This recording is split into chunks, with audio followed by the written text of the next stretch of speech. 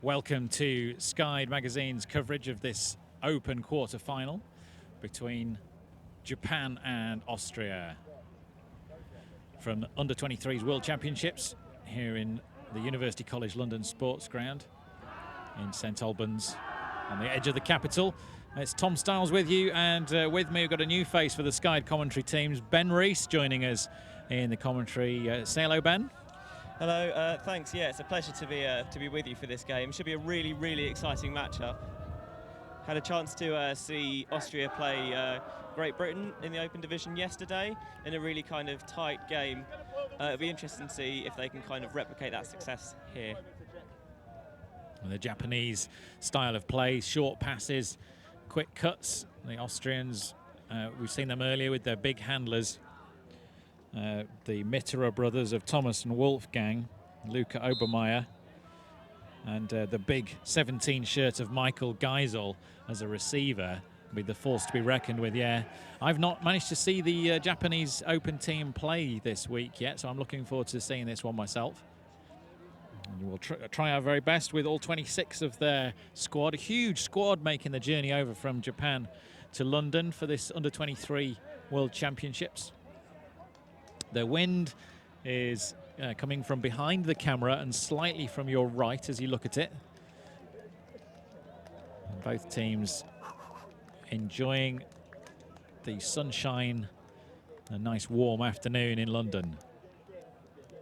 Ben, what else have you been watching around the tournament today? So I've just come from Great Britain versus Canada in the mixed division, a really tight game where Great Britain were able to take half 7-6. Kind of adapting well to the windy conditions, but in the second half, Canada kind of put a zone on, and GB had a bit of a struggle getting through it, and eventually the Canadians were able to get the win 12-9. But a really exciting game. Before that, saw the end of GB Open versus Ireland as well. So kind of mixed success for GB in the games I've seen so far today. And the disc from Austria goes up. It's going to land short and roll to the sideline. The 17 shirt, actually it's not the 17 shirt, 77 shirt of Ishii. Back to Katsuta and back to Ishii. I'm hoping to have a nice smooth game. We've had a couple of fairly fractious affairs on the show pitch already today. Let's hope this one can be a smooth one. Ishii, Katsuta. Katsuta across. No options downfield, but manages to find a nice disc through the middle to Endo. Endo to Koki. And back to Ishii. Ishii looking for a big disc into the end zone. He's going to be chased down hard. Fantastic disc all the way across the pitch. A raking sidearm flying far into the far corner. And Endo chasing that down. Beautiful first point for the Japanese. Yeah, that's a really difficult throw, kind of going, trying to get it across the wind, and he put it absolutely perfectly with pinpoint accuracy. The defender never really had a chance at that. Great start for the Japanese team. Yeah, they're looking strong in this wind. The Austrians commenting in their newsletter report that they were covered in earlier in the week that the whole Austrian team are idiots. Everybody that's played us knows that. And Thomas Mitterer with the sense of humour there. Have you managed to catch any of the Austrian games yet, Ben? Yeah, just the only one I've seen really is the Great Britain game, and I saw the end of them play USA this morning. The USA Open team ran out with a 17-7 margin of victory in the end. Lots of kind of different styles from the Americans. I found the Austrians kind of didn't really adapt quick enough to the different looks they were getting. So Austria, Petersdorf in the middle of the pitch with the 72 shirt. Quick exchange of discs with Dovitz. Back to Petersdorf and advancing now with Mitterer, the younger brother of the two Mitterers on the pitch. Get a little bit of a argy-bargy between Petersdorf as he ran down the line. It's Leon Dovitz now with the disc again for Austria. Swinging out big pressure from the Japanese. Almost got a hand to that one, but didn't quite manage to get the turnover. Petersdorfer again. Hammer managing to find space on the far side of the pitch. Perfection disc, that hammer right across the pitch. Raking disc from him. Ursel sends the disc Down the line. Oh, what work and progress the Austrians making down this pitch. Niederdorfer with the score. Great put there from the Austrians. They level it up, one apiece. Yeah, Japan looks to be going with some sort of like a zoney poachy look. They're trying to clog the middle of the field, but the Austrians did very, very well to find the overhead spaces there, the right way across the pitch. Difficult disc to throw, but they were throwing with absolute precision. That backhand blade down the line for the score was absolutely beautiful. You're taking to this colour commentary role with some aplomb, Ben. This is good comments from you. If you're watching us wherever you are, I hope you're enjoying the coverage we're able to bring. Very late night in Japan, if you're able to join us there. And Austria, middle of the afternoon, maybe taking a break from work. Wherever you are, do drop us a tweet. I'm at Tom Styles, and Ben is at Benjamin Rees. And you can get us at Skide Magazine, and anything on the hashtag WU23 UC. Still, after a whole week, it's not tripping off the tongue yet. Yeah, I've had some troubles trying to get it right this week as well. High disc from the Austrians, floating and landing just on the edge of the pitch. He scrabbles to pick it up and manages to get it up eventually. Ishii exchanging disc with Koki. And fast start making the progress to Endo. Endo sends it again. We see the big disc is going racing down. Oh, the foot speed of this Japanese team is quite incredible. Kinoshita reining that one in. Great speed from the Japanese, and all 26 of their players invade the pitch, cheering and bouncing up and down. Enthusiastic start from the team in blue here. This Japanese team is so much fun to watch, and all the Japanese teams have been at this tournament as well. They've always got so much energy on the pitch and on the sidelines. It's really, really kind of infectious. And their style of play was really, really good. At that point, they found a couple of nice inside-out lanes, and that huck I thought was too far at first, but the Japanese receiver ran it down with so much time. Really, really just kind of great touch to have that throw hang in the end zone and have the receiver just ready to make a play on it. Almost straight downwind, that shot as well, wasn't it? So to get just enough lag on the disc, keep it hanging in the sky long enough. And the flag's behind us here at the University College London stadium section of the pitch. It's the same sports ground that's going to be used for WUGC championships next year. If you are thinking about making a journey over to London, I hope you've been impressed with what you've seen of the tournament, and do ask any compatriots you've had out here about how they found the tournament. The two Austrians, Dovitz and Petersdorfer, coming to that disc and failing to decide who's going to pick it up. In the end, it is Petersdorfer. Exchanged these discs with the 23 shirt of Horman. And Horman back to Dovitz, who manages to rake that disc around, catching the wind and holding it up just enough time for Dovitz to get there. Nice disc across the pitch, but not making much progress here. The Japanese stifling pressure. And Petersdorfer making a great cut. And a bit of a switch in the Japanese. There's a free person there. And a deep shot looked off by Novak. Novak being kept down the line, but he finds Mitera. Mitera's got options across the pitch, and he sends that beautiful disc raking across the pitch to the number 20 shirt of Luca Niederdorfer for the Austrians. And strong play from both sides. We're yet to see a break in this game, aren't we, Ben? Yeah, no turnovers yet. Very, very high quality, especially given the conditions. Great point there again for Niederdorfer with his second score of the game. Finding lots of love, staying on that far side, waiting for the kind of poachers to come across, and staying in that open space. It was a lovely bait across the field to find the open man there. Really difficult throw. And the Japanese switching quite a lot on the defense there. We saw a couple of times somebody poaching into the lane, and then when the pass went, staying with the receiver and leaving the free man elsewhere on the pitch. The Austrians got a bit bogged down at the start, and they did have that kind of risky dump pass which they had to throw, but in the end they kind of kept it still and then found a nice space down the sideline before the score.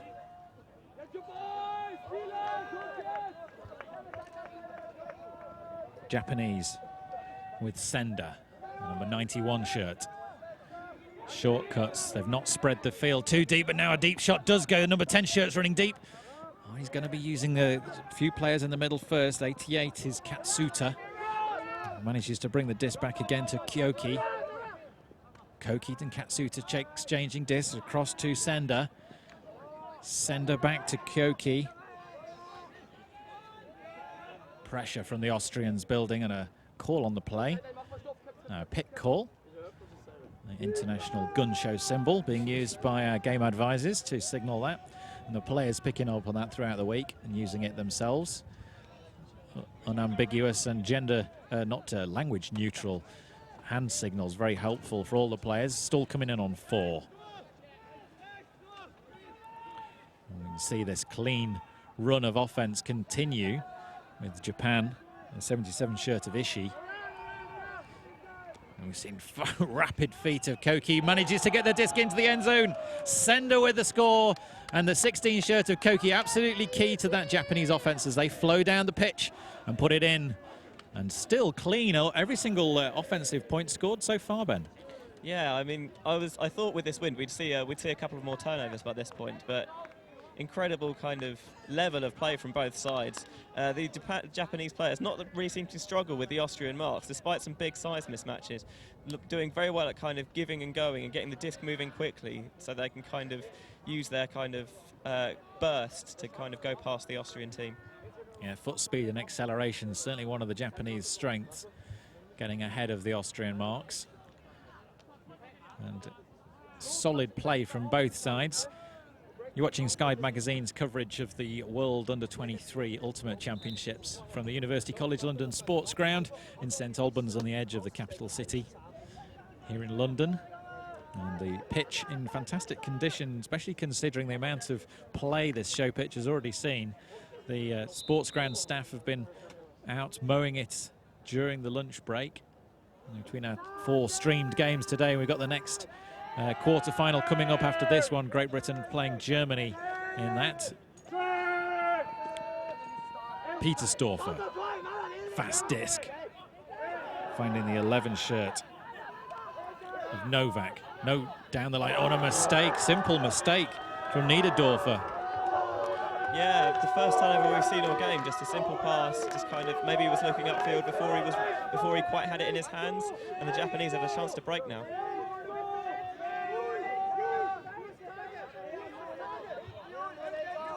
And picks up again.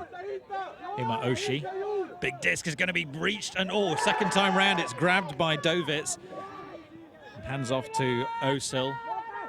Back to Petersdorfer. Petersdorfer's looking for the deep shot. He sends it. It's going to be 2 players underneath this. Who's going to get there first? Japan have got position on the disc, but a grab over the top from the outstretched Novak takes that one down. What an incredible grab from Austria, and a score. And there is 2 turnovers in that point, but it stays on serve, 3 each. What an absolutely fantastic grab. I thought the defender had a great read on it in good position, but a fantastic play to come over the top and make that grab. Nice spirit as well shown by the Austrian to stick a hand out to his competitor and shake his hand afterwards. Really great to see that in this high level of play. You might have seen some different levels of the sport. You might have seen a foul call made by the Japanese player. Novak really reaching over the top and taking a lot of the Japanese attacker with him, but the Japanese players have shown that they don't mind taking a bit of physicality in some of their earlier games. And no complaint in that instance either. You've been impressed by the tournament so far, Ben? I think it's been incredibly well organised. I'm very impressed by how well the fields have held up. They've drained really well. We had some rain earlier in the week, and at some points it looked like the fields might become boggy, but they've held up really, really well. And the volunteers around the pitches have been really helpful. It's been a really, really fun atmosphere to be at all week. Japan with the disc once more. Katsuta, Koki, out to the side, back to Koki, and Katsuta. Katsuta to Ishii. You've seen those 4 handling an awful lot of the disc on the Japanese Sender.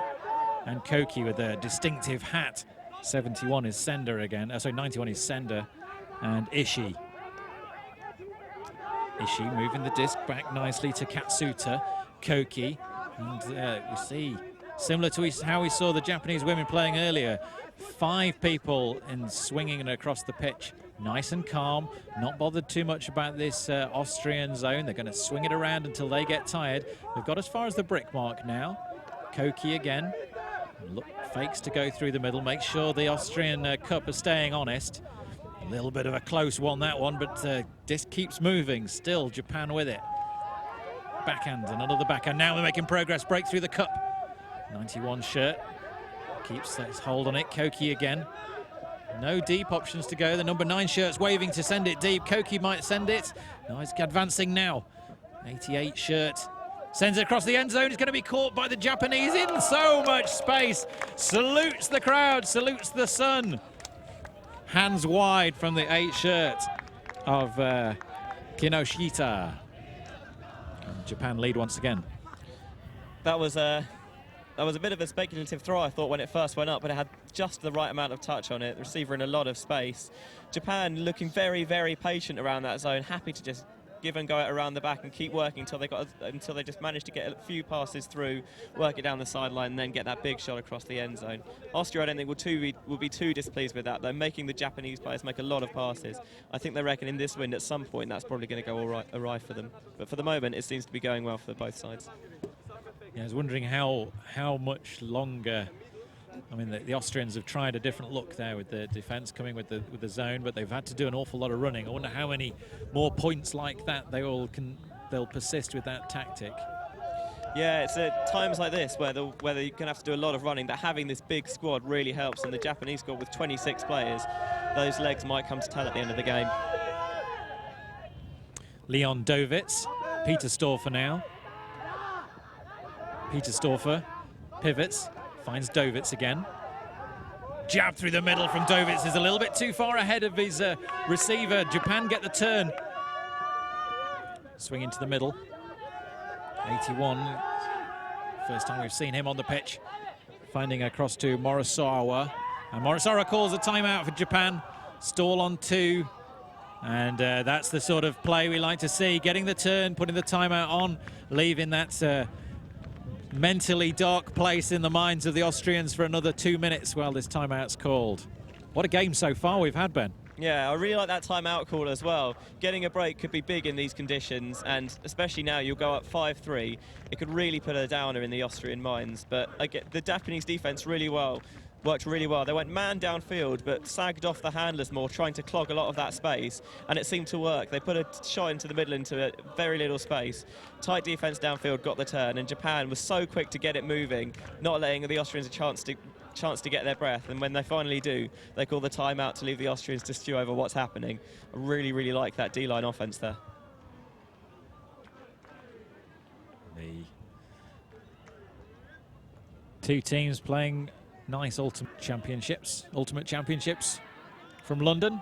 Myself, Tom Stiles, and I'm joined in the commentary box by a newcomer to Sky Magazine's coverage, Ben Rees. But you wouldn't know from the excellent colour commentary Ben's putting in so far. Ben's been live tweeting a lot of the games around the tournament, mainly following Great Britain, Ben, but other teams caught your interest?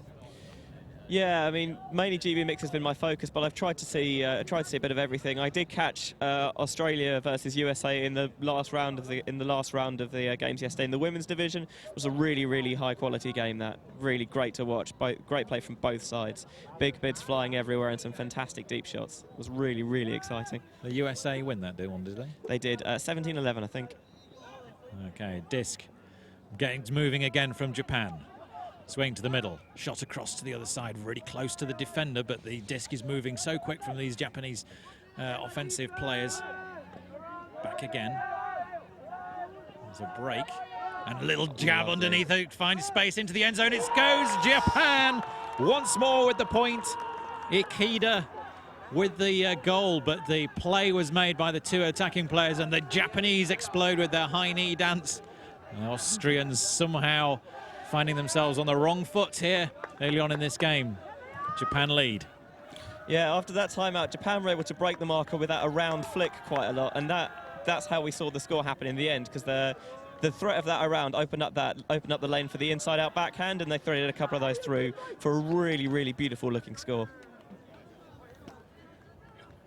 Seeing the advantages that the Japanese bring to the play, their quick turn of pace, and the variety of throws they bring. It's the first significant change of the score we've seen. Both teams trading to 3-all. And then Japan with that. It's looking like a more traditional man defense, but they are still quite loose on the handling line. Petersdorfer. Tight downfield. And 23 running is Horman. Back to Dovitz.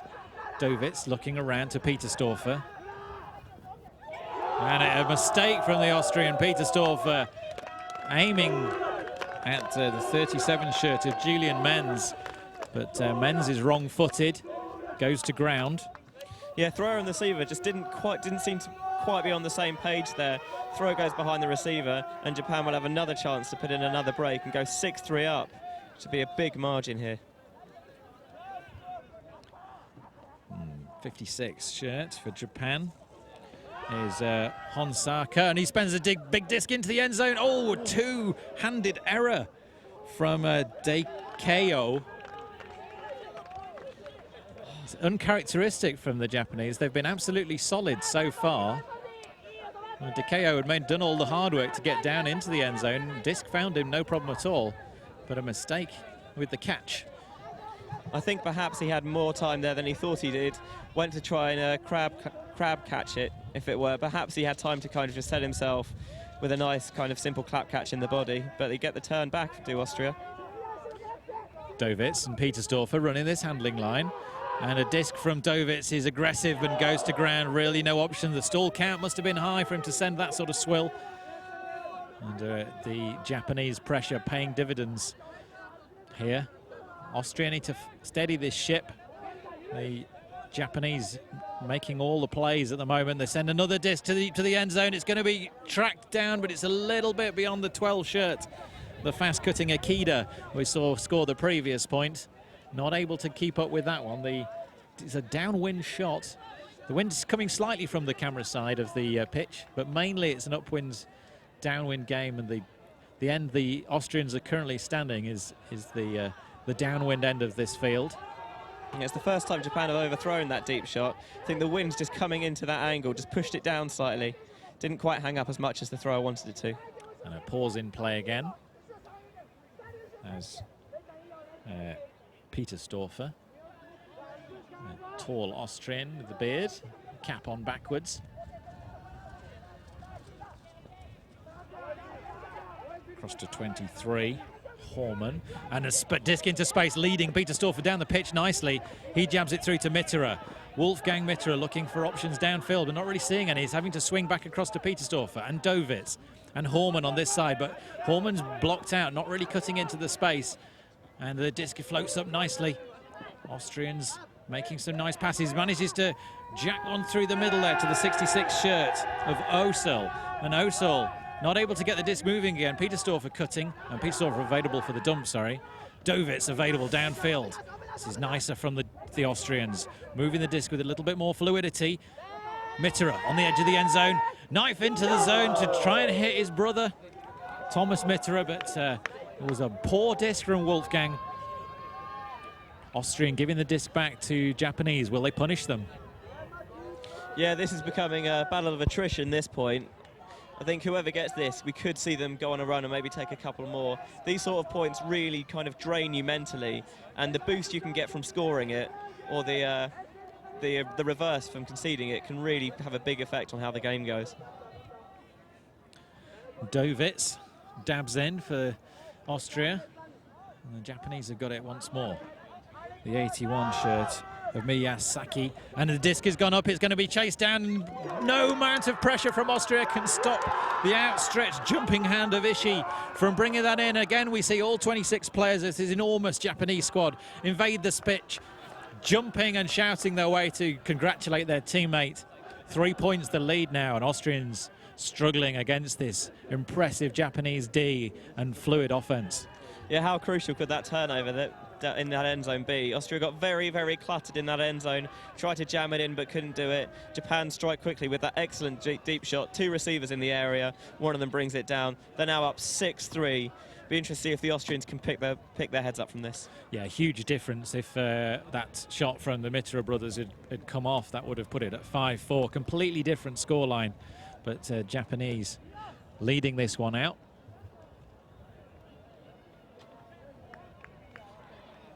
It's a warm afternoon here, and the crowds are building in the stands. There's some excellent facilities for the spectators to enjoy the ultimate down here at the University College London campus.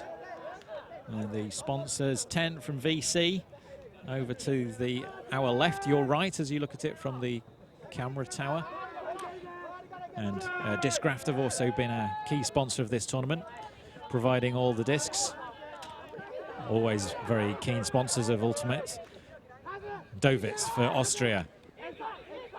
Find the big 17 shirt of Geisel. First time we've really seen Geisel involved so far. Niederdorfer getting that disc out to drag. Swings across. Horman. Pressure from the Japanese, and a foul call from Paul Dragashlenig. Apologies, Paul, if I'm getting your surname wrong. Yeah, I'm not sure that throw was a great decision. There was always going to be a lot of pressure on that, but it doesn't look like the Japanese player is contesting the foul there. Yeah, uncontested. We see the hands out to the side from the game advisors. Still coming in on one. Austria resetting the play. Horman with the disc now, looking for shot to the end zone. And Mitterer. Geisel looking the far side of the pitch, but Mitterer goes for the safe option straight down the line. Easy work from Mitterer. That fake. He was going to throw it to Geisel, who was free on the far side of the pitch, but just enough bite from the Japanese defender to open up that shot down the line. And the Austrians steady the ship a little, bringing it back to 6-4. Yeah, one of the advantages of that vertical stack offense when you get to the end zone is that there's a lot of space on the break side, and when it's perhaps not quite so windy, you will see that hammer shot go up probably more frequently. But enough to fake it, brought the Japanese defender across and left a wide open man on the open side there for a really easy score for the Austrians. Really good, confident hold there for them. That'll be big. That'll be big later on in the game. Do you think the Austrians can recover from this shaky start they've made? I think they can. I've seen them pull back from close games before. In their game against Britain yesterday, they scored a few on the bounce, but the Austrians kind of got their heads back up later on and were able to pull ahead late in the game. So you see the tall 17 shirt of Geisel actually fall over as he put so much power into that disc. He sent it down. 88 Katsuta and Koki. We've seen really active on this O-line for Japan. Koki, Ishii, and now we've seen the progress being made through the center of the pitch. Endo is exchanging discs, and Koki again with the hat. He's got 3 dumps available and swinging it across. Japan quite happy to isolate quite a few men down pitch. And now they're on the edge of the end zone line. Can they put this one in? Quick work from Japan, looking for an option, making it look really easy to get this far. But now they're going to be forced backwards to Koki again. Options across to Ishii. Ishii to Sender. Sender to Katsuta. Back to Ishii. Back to Koki. Back to Ishii again. Just on the edge of the end zone, still not able to put it in, being a very patient offensive line here. Japan taking their time, and eventually they do put it in. And Sender scores it for Japan. They get another one on the board. Yeah, it looked like a defensive breakdown up front there for Austria. Quite early on, the Japanese team were able to get quite a nice shot through the cup and then dink and dunk it all the way upfield for the score. Really nice strategy from then, taking the number 17 shirt, the big Austrian Geisel. He's going to be a big threat if that deep shot goes up, so they take him out of the play by just working it short. Really smart strategy there from the Japanese team. It's nice to see them, pay some respect to that powerhouse of a defender, Michael Geisel in the 17 shirt. Well, he must be 6'4" and built like a tank, but very agile and quick across the ground as well. The sort of ideal shape for an ultimate player, really. And very athletic he was in the Great Britain game. We saw some big plays from him all over the park. But the Japanese choosing to use the short game, and their handlers spread right across the pitch. They'll take as many passes as they need to get this one in. The D-line for Japan coming down to put some pressure on Austria. Horman. Petersdorfer. Petersdorfer sends it, he's going to be chased down, but the Japanese have got position on this one, surely. Oh, outstretched hand from Austria, but maybe he went up a pace too early. And no, I don't think he's thought wise about making any sort of foul call on that. He was outstretched at his absolute full reach. The Japanese had got position on that pretty early on the chase down. Yeah, I think it's the same person we saw on that deep shot earlier, number 11, Jan Nowak. And earlier he came down with an incredible play to get the score, and nearly did it there, but wasn't quite able to. Great positioning from the Japanese defender, and they will have a chance to break again. Yamazaki was the defender, the Japanese defender involved there. It's Japan boshing it through to Daioki. And nice little discs here from Japan, teasing the Austrians with their skill and guile. Not going to take the big shot. They're going to take lots and lots of little shots, moving the disc so fluidly, so swiftly across the pitch. Miyazaki, and the timeout goes on. It's nice play from the Japanese, turning Austria over after they take a deep shot into the end zone, which was well covered by the Japanese, and then working the disc down the pitch, calling a timeout. 15 yards, 15 meters outside of the end zone. Yeah, the Japanese flow there was incredible. Moved the disc really quickly. A couple of really, really pinpoint inside-out backhands through the middle of the pitch. And then the defenders kind of worried about that break side option, let their men go open side, and Japan time out in the perfect position here, just in front of the big mark, centre of the end zone. Japan should really, if they're being honest, they reckon they would probably score this one the majority of the time here, and that would give them an 8-4 lead, which could be unassailable at this point. So Japan making a great start to this game. The teams traded to 3. And then Japan have had their foot down ever since. Austria only able to score 1 point since that's that part of the game. But Austrians have been in tight clinch matches before, but perhaps not against a team quite as fluid as the Japanese. I saw at the end of the Japan-Italy game yesterday, Italians being pretty physical with the Japanese team, and they just shrugged it off, bounced around. I love that after they play a really really intense physical game, both sides are able to really unwind and relax like that. It's really good to see. And the Japanese with the disc, a stack off-centered but vertical, stacking on the open side. If that is indeed the way that Novak is going to force them. I might turn the force the other way around. Nice, leaves it as it is. He's looking for that break, but Novak's hands are low. And has to lose some ground as he goes back to Kawamata. Kawamata disc down low. Nearly in the end zone, Japan with options to score here. They're going to take their time over it, no hurry here. And low disc back to Kawamata. Kawamata, a little push on the Petersdorfer, but that's not what's called as a Mitterer at the back of the end zone, calling the pick, or the Japanese player calling the pick on Mitterer. The stands starting to fill up here. Kawamata pivoting around, and an uncomfortable situation for himself and Petersdorfer. Still coming in on one again. Get this game moving again. The flow of the game has been pretty good so far. And a disc. Oh, great layout from the 11 shirt of Jan Novak, playing some big aerial game here, getting horizontal a couple of times. Petersdorfer getting started for the Austrians again to Menz. Menz, quick disc to Novak. Novak sends it to Mitterer. Mitterer's going to be chasing this one down, but the wind taking it away from Wolfgang as he runs that disc down. Didn't hang in the air. The disc, maybe a little bit of rush of blood to Jan Novak after getting that block. Sends it a bit too deep, a bit too far ahead of the Austrian receiver. Yeah, it's really interesting to see Japan set up out of that timeout without a dump option already set in place. It did give them space to work it behind when nothing emerged, but in the end they did get very clogged, and it was a fantastic play though from Novak to make the layout. And a turnover. Straight away, the Austrians jumping it in.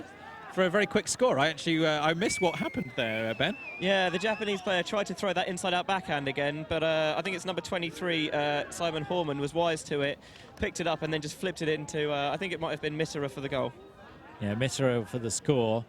The two Mitterer brothers, Thomas and Wolfgang, in the 77 and 80 shirts. We usually see Thomas taking the lion's share of the Austrian play, but he's been relatively quiet in this game so far. And Wolfgang been involved deep on a couple of occasions. We see the short 44 shirt of Clemens Kogard in the middle of this Austrian line. Slightly different look. We've seen some new players being introduced. Maybe they're changing the line subtly to put pressure on different parts of the Japanese game. I think physically you can't get two players who might be more polar opposites than Geisel and Kogard there. But it'll be interesting to see how they work as this tandem here on this deep point. Kogard, much more of a Japanese build, isn't he? Sort of short and low centre of gravity. Quick, though. And Koki again in their hat. Really solid, sweet throws. Absolutely no wobble as the disc glides around. An apology from Kogard as he knocks Katsuta to the floor. And coming in on 0. No complaint. Disc up. Ishii. Katsuta. Koki. Right across the camera side of the pitch.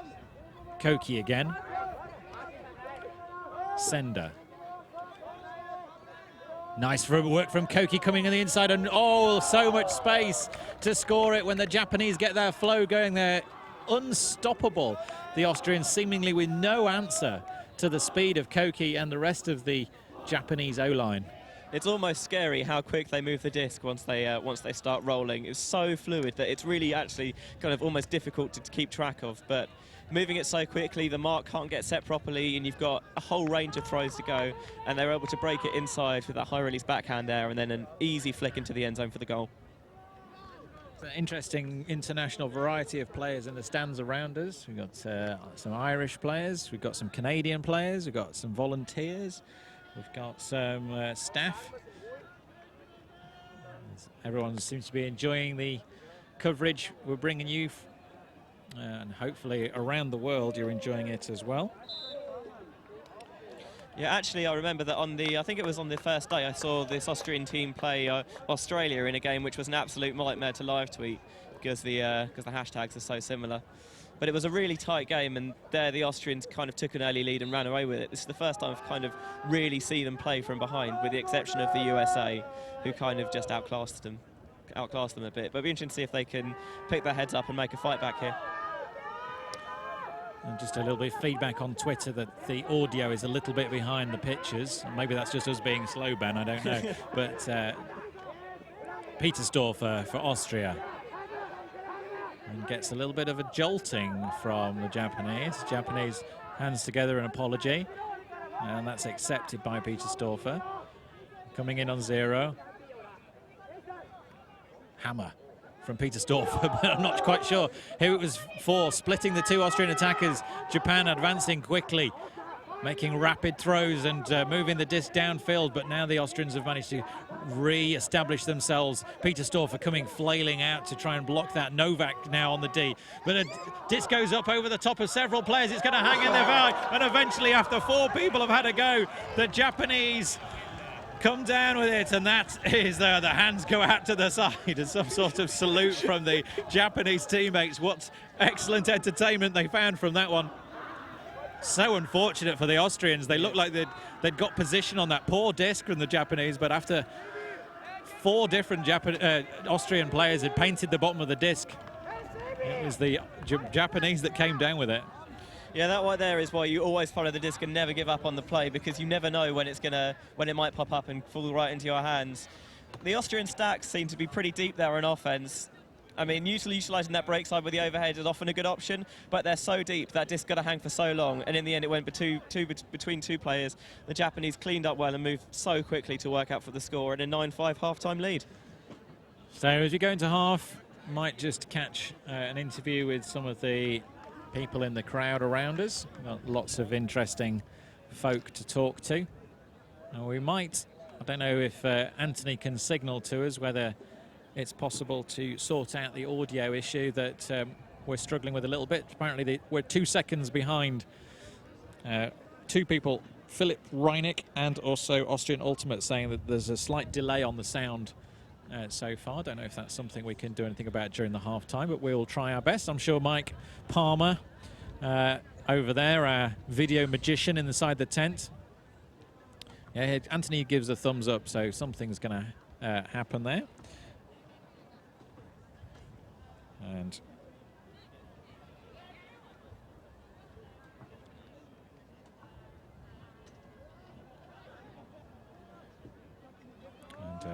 our coverage here from London continues on Sky Magazine straight after this game. We've got Great Britain versus Germany in the open division. A lot of people keen to get themselves on the camera. We're struggling a little bit with the schedule to get a good balance of the different teams available. We want to bring you the most exciting games, and in that slot, the Great Britain-Germany game was the game that we felt was be the most close game. And we've not been able to get as much mixed ultimate onto this show pitch as we would like, but we are trying our very best, working with the organisers to make sure we bring you the best games here at Sky Magazine. Yeah, I think after this one, I'm going to go back and watch some mix myself. The Great British team are taking on the Australian Blue Bottles in a power pool match, so I think that's going to be my next port of call.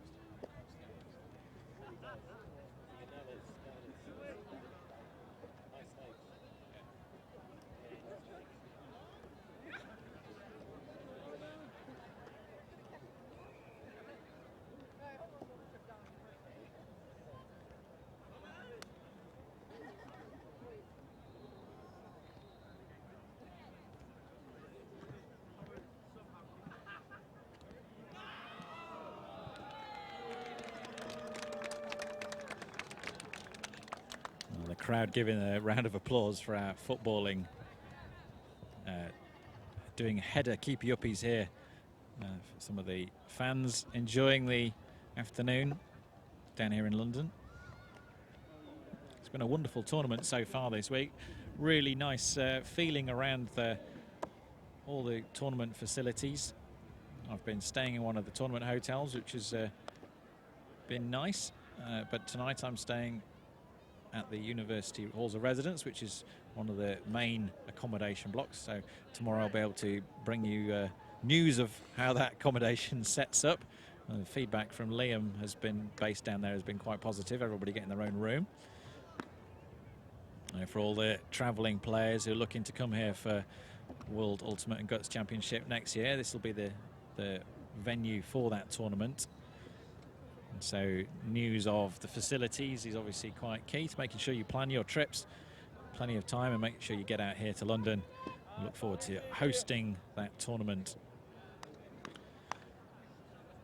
The organising committee, Simon Hill and Luke Tobievich, leading the charge for UK Ultimate, and a very experienced team of tournament organisers who are taking on the different roles to keep this tournament scheduled, organised. People are on parking duties, people are on catering duties, people are on site duties. I'm Cassandra Paulo. And I'm Jim Garrison. And we founded Eric. Eric is a nonprofit that ground teaches staff kids. from University College London have been playing their part as well. Some excellent field, and prepared and marked out, ready for this tournament. Yeah, absolutely. I think that from what I've seen, the tournament's been really, really well organised. There's a huge swarm of volunteers here helping out in all sorts of different capacities, like you mentioned. And the one thing you can kind of see on everyone's faces, whether it be players, staff, or visitors, is there's a palpable excitement in the air. Teams kind of have trained really, really hard to get to this point, and it's showing kind of on the pitch and on the sidelines. Everyone's really energised, and it's really great to watch. People get so into it. I think there was even a local school here yesterday that I saw in the stands. Yeah, we had 2 primary schools at the opening ceremony playing a little game. They enjoyed their experience in front of the crowd. Meadenhall Primary School being beaten 4-0 by St Edwards. I think St Edwards had played 8 practice sessions and Meadenhall had only played 3. So that was the difference between those 2 teams. More than double the amount of practice time, but the kids playing a little game in front of the crowd, and the crowd absolutely adoring how sweet and energised the kids were as they were running around, and lots of throwaways, but a few scores, and it was very entertaining for everybody. Yeah, really good to see people starting so young. Like a lot of people in the UK, I started in my first year of university, but by the time I left, there were an increasing number of people who said they'd played it before in local clubs and in schools, so it was really exciting to see the sport growing over here in this country and worldwide. Yeah, the strength of junior ultimate has been a focus for the UK ultimate organising crowd, understanding that the way to build ability at the senior level is to have it coming through from the youth level and through the under-23 scene. College ultimate and university ultimate is a big part of the growth of this sport in the UK.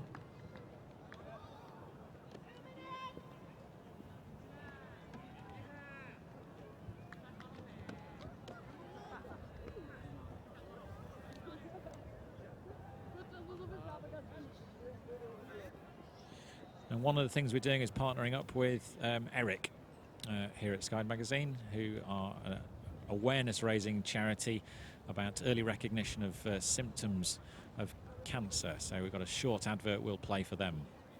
I'm Cassandra Paulo. And I'm Jim Garrison. And we founded Eric. Eric is a nonprofit that teaches kids body awareness through ultimate frisbee. We're going to teach your kids about sportsmanship, spirit of the game, conflict resolution. They're going to have a great time, an amazing message about cancer, that it's not something that's not a death sentence. It's not something you need to be scared of. It's something that you need to have a winning attitude towards, like an opponent on a field. Go Team Eric!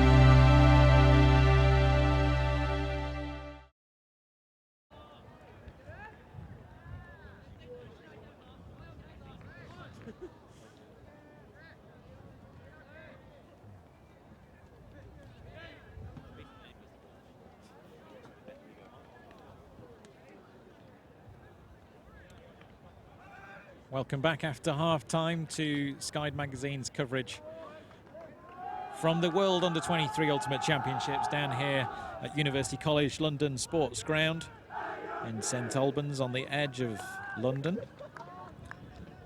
We're watching Japan versus Austria on the live stream all across the internet and also backed up forever on YouTube.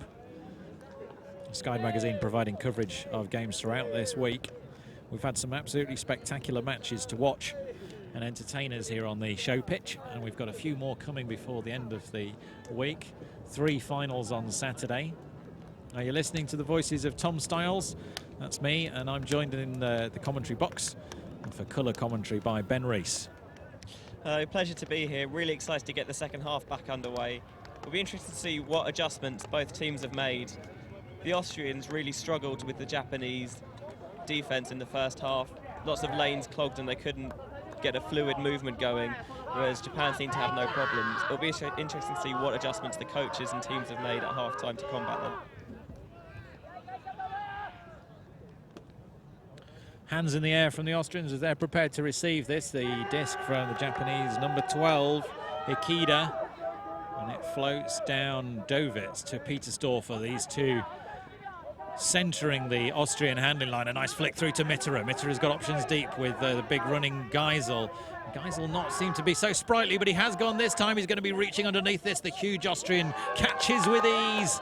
Disc from Mitterer was perfection, arcing its way into the end zone, judging the wind perfectly, and Geisel is a big target, but that disc was right in the breadbasket. Austrians off to a good start in the second half. The throw was absolute perfection, and I'm surprised we haven't seen them go deep to Geisel more in the first half. It'll be interesting to see if that's the theme they keep up with in the second half, because it certainly looked pretty effective right there. He's a big mismatch for the Japanese players, and we'll see if they look to exploit that a bit more often.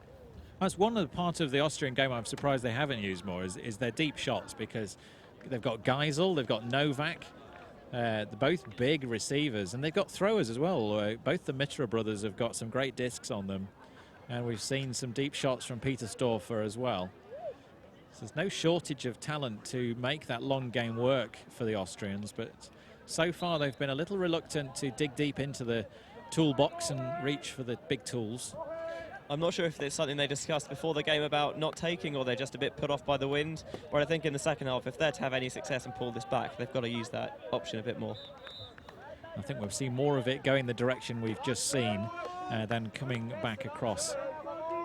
That was the downwind shot, and Mitterer, the big disc, it's caught the wind and it's going flying, floating back, but it lands just inside the pitch. Not a long pull by any stretch, between the brick and the halfway line, and sends it deep straight away. The Japanese offense moving and quickly, but that's gone too far.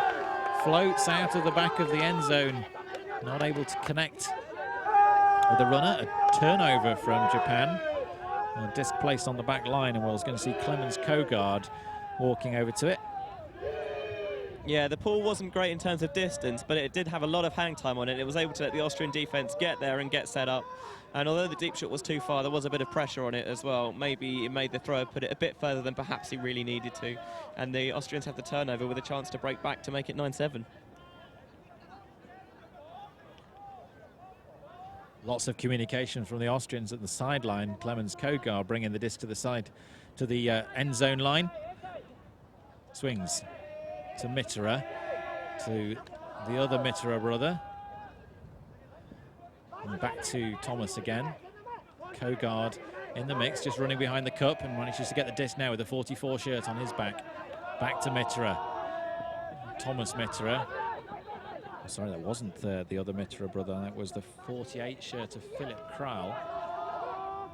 He's been darting around in previous games. We've not seen him so far in this match, but Philip Kral, the deep option here, not used by Mitterer, who calms down the communication between the Austrian team.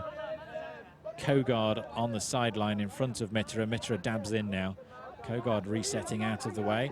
The Japanese switching up nicely on the defense, just taking the options away as they arrive. The 66 shirt of Osol.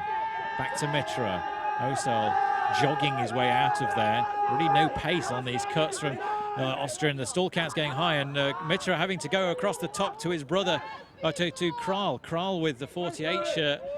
Kogard coming underneath. Kogard going deep into the end zone. Mitterer reaching high, confident, early jump from Mitterer, and he sends it into space. There's going to be pressure from the Japanese, but not enough to stop the disc arriving safely in the arms of, is it Florian Moik? And the 34 shirt. Great cut from Florian, but Mitterer solid at the back there, jumping early to take that disc high with one hand. Confident handling. And the Austrians re-establishing themselves in this game. They've brought the gap back to 2. Yeah, that's the advantage of having someone like Mitterer, who's such a great thrower on your defensive line, that if you get a turnover, you've got someone who can really run the show. And he got bogged down there on a high stall, but he put up an absolutely beautiful hammer to really kind of crack the defense open. And a nice flick into the end zone for the score there. Yeah, using the full range of weapons at his disposal. Mitterer, a strength for the Austria.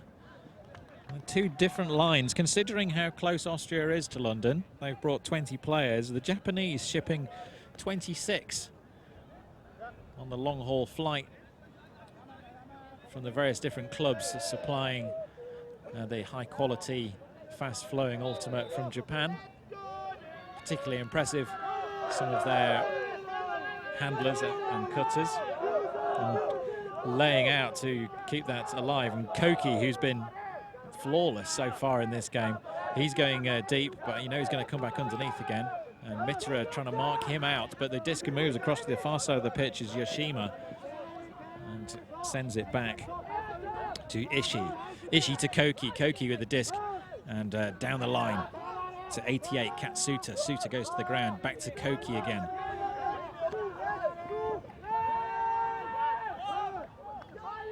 Options available in front of them. Ishii. Back to the 16 shirt of Koki.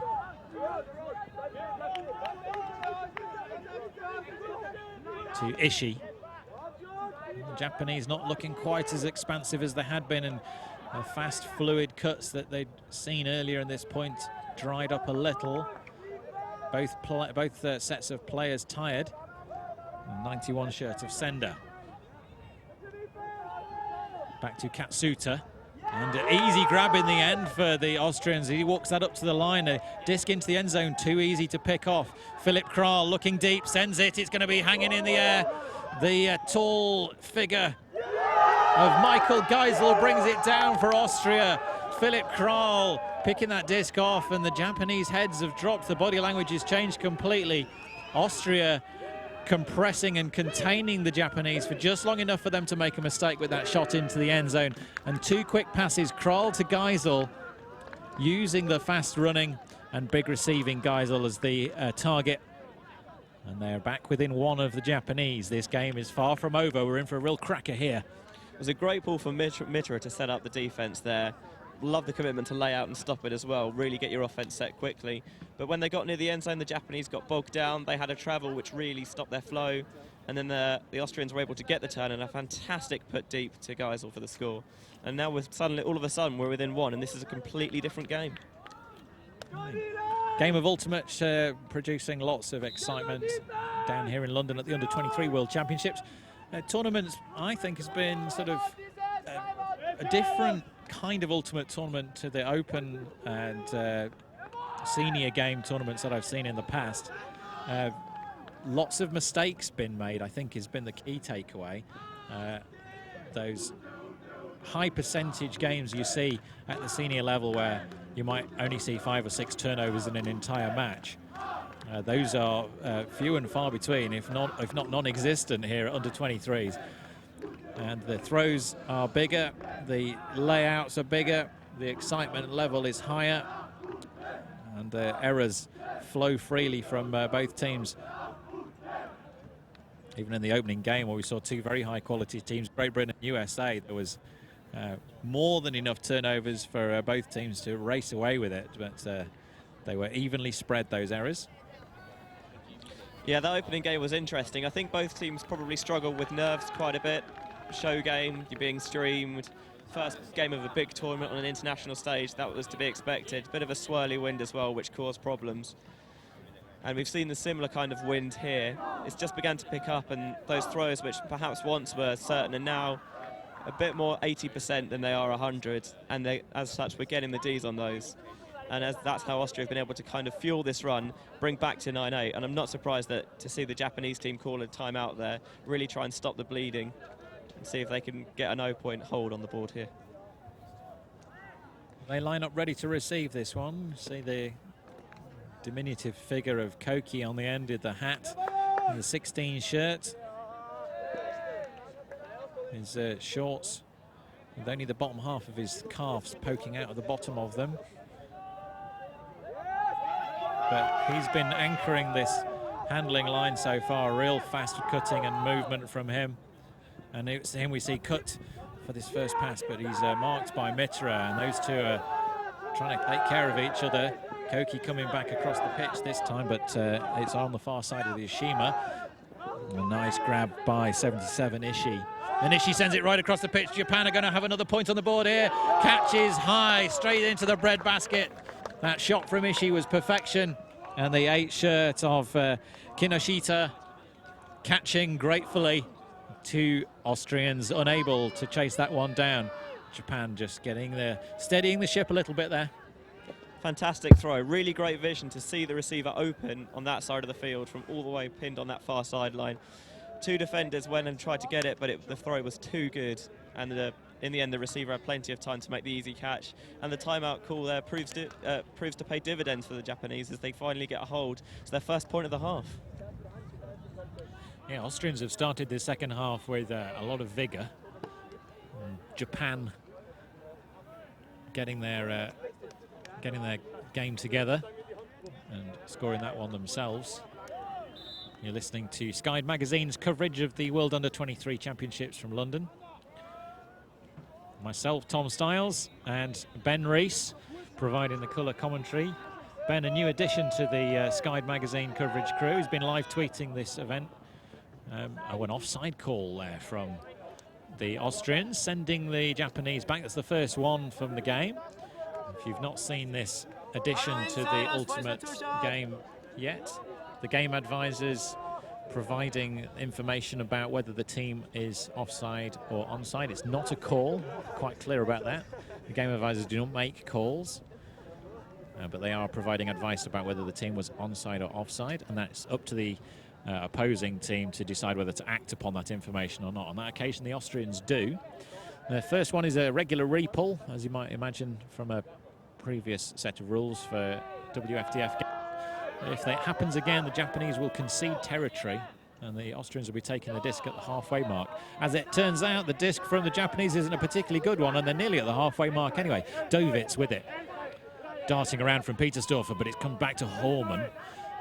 Horman shimmies and pressure from the Japanese as that disc goes to Novak. Novak under a lot of physical D from the Japanese player as Petersdorfer gets it back, not making a great deal of progress yet, the Austrians, and big disc from Novak goes up to the tall figure of Geisel, who misreads it awfully, runs underneath the disc. Pressure from four-shirt Ishii, and the Japanese side is enough to get Geisel's attention, and he decides to go underneath that disc a little bit. Maybe the wind caught it as well, but no connection for the Austrians. It's a turnover, and Japan have it once more. Yeah, that's smart defensive play. Suckered the receiver Geisel there into an early bid when perhaps he had more time to go behind and get a nice catch for that. We did say at the start where they probably looked to Geisel more this half. They have done, but that time it didn't pay off. A great break from the Japanese, and immediately 56 shirt just caught his knee a little bit, Honsaka, and whatever he twinged is untwinged itself pretty fast, and he's back up. Dovitz marking, leading this O-line for Austria, but now they're playing themselves playing a bit of D. Short reset pass back, and a great low disc, but collected garbage from Morisawa. He keeps it alive for Japan. The disc was in the air a little bit too long. Some Austrian pressure. Foul uncontested. We're not to see the players using the same hand signals as the game advisors. Really helpful in a game here where there was a big language barrier between the Austrians and the Japanese. Advertised that pass, and a huge hit from Petersdorfer. Yeah, immediately goes to apologise there. I think it was probably accidental, but it was quite heavy contact there, and not surprising that the game stopped for that foul there. Fushimi wipes the disc as he gets back to his feet. Great disc forward to Kawamata, and advancing fast. Kawamata available for the dump, but he doesn't use him. Goes forward again to Morisawa. Morisawa across the pitch. It's just on the edge of the end zone, and the Japanese jab it in. The 81, Miyazaki, providing the assist and jamming it in for Japan.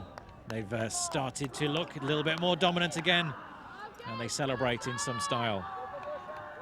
Yeah, Japan's D-line there in offense, utilising a no-dump vertical stack. We saw them set up without a dump on a timeout earlier. They're trying to work the whole length of the field when they had time without their dump. That's a vertical set that fans of Worldwide Ultimate right recognise that Ironside used quite a bit from Boston, that no-dump vert, and it proved effective. There wasn't any defender to poach off and clog lanes, and they worked that inside out right the way down the sideline to a nice little lefty backhand to flip into the end zone for the goal. Great play there. It's now 11-8 to Japan. Before, in the first half, when Japan got a break, we saw the Austrian heads get down and they were able to reel on a couple on the bounce. We'll see if they can do the same this half, or if the Austrians have a bit more mental strength this time to go and take it on and really put in the 0 point and see if they can mount a comeback here. 3 points down, time running out. They've got to put in this 0 point if they want to come back in this game. Japan raised the disc above the head, ready to send it down to the Austrian team. So fast disc that's going to be racing into the end zone. Petersdorfer's going to have to be brave to catch that, but it rolls out the back of the end zone. And the age-old instruction of catch your pulls, ignored by Petersdorfer. Quite happy to see that one go down. Side stack for the Austrians now. Petersdorfer and Dovitz exchanging discs. Over onto the side where the stack is. Mitterer, the younger, and a call on the play. Gun show pick. And the game advisors on the side of the pitch, making the game a great deal more watchable for the massed fans here on the show pitch. And the stands filling up nicely at the end of the day. The cool breeze is keeping us all chilled, but enjoying the action nevertheless. Wolfgang Mitterer sends that disc down the line. Pressure from the Japanese, but Geisel still got it for Austria. Not looked on the pace today, Geisel. He's been a little bit slower than we've seen him in previous games, but he finds Mitterer. Slow play from the Austrians, taking their time over this. Geisel making himself available again. They're stopping him going deep, and that's giving him the under. It's a big disc up in the air. Horman on the edge of the end zone. Across to the 20 shirt of Niederdorfer. Niederdorfer back to Petersdorfer. Petersdorfer to Geisel. Geisel still not being allowed to go deep. He just pings it into the end zone. Audacious stuff from Geisel. Very relaxed, and Dominic Osel, the grateful recipient of that disc.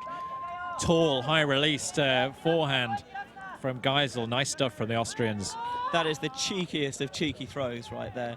When you're that tall, a flick at that height is going to be so difficult to stop, and if you've got the mastery of it, as Geisel clearly does, it's a really easy way to get a nice uncontested throw out. And we saw him put up another great hammer in that point as well. Known more as a receiver, but he's showing he can do it on both sides of the disc, both receiving and throwing. Doing a lot of work there on that point to get the hold for Austria. It was a commentator's curse. I accused him of being off the pace, and then all of a sudden he starts making plays like nobody's business. And the Austrians will be hoping I'll make derogatory comments about the rest of their side, no doubt. Hello, if you are watching in Austria. I know we've got a number of people who have tuned in and tweeted us from the centre of Europe. We've got your young men in the white and red doing you proud this week out here in London. Wolfgang Mitterer, Wolfie as he's known. And laying that disc, and it's been touched by the Japanese. If he'd let it roll out, he would have been able to bring it to the front of the end zone, but now the pressure from Austria is going to be big. Looking for that Callahan. The Japanese moving it. Koki jamming it through the middle. Nice quick passes from the Japanese, looking for that deep shot, and keeps it in the holster and waving arms.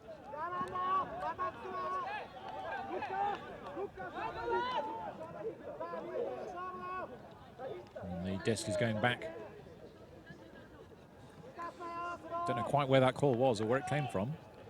I think I saw one of the game advisors make the sign for a pick in the stack downfield. Japanese advancing again. Ishii and Clemens Kogard clashing with his Japanese opposition, apologizes in the 44 shirt. Getting a little physical.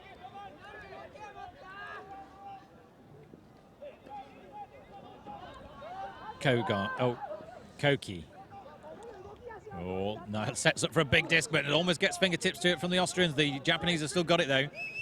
The 11 shirt of Oshima with the disc, and another pick's called. Game advisors are signaling that. Coming in on 2. Coming in on 3.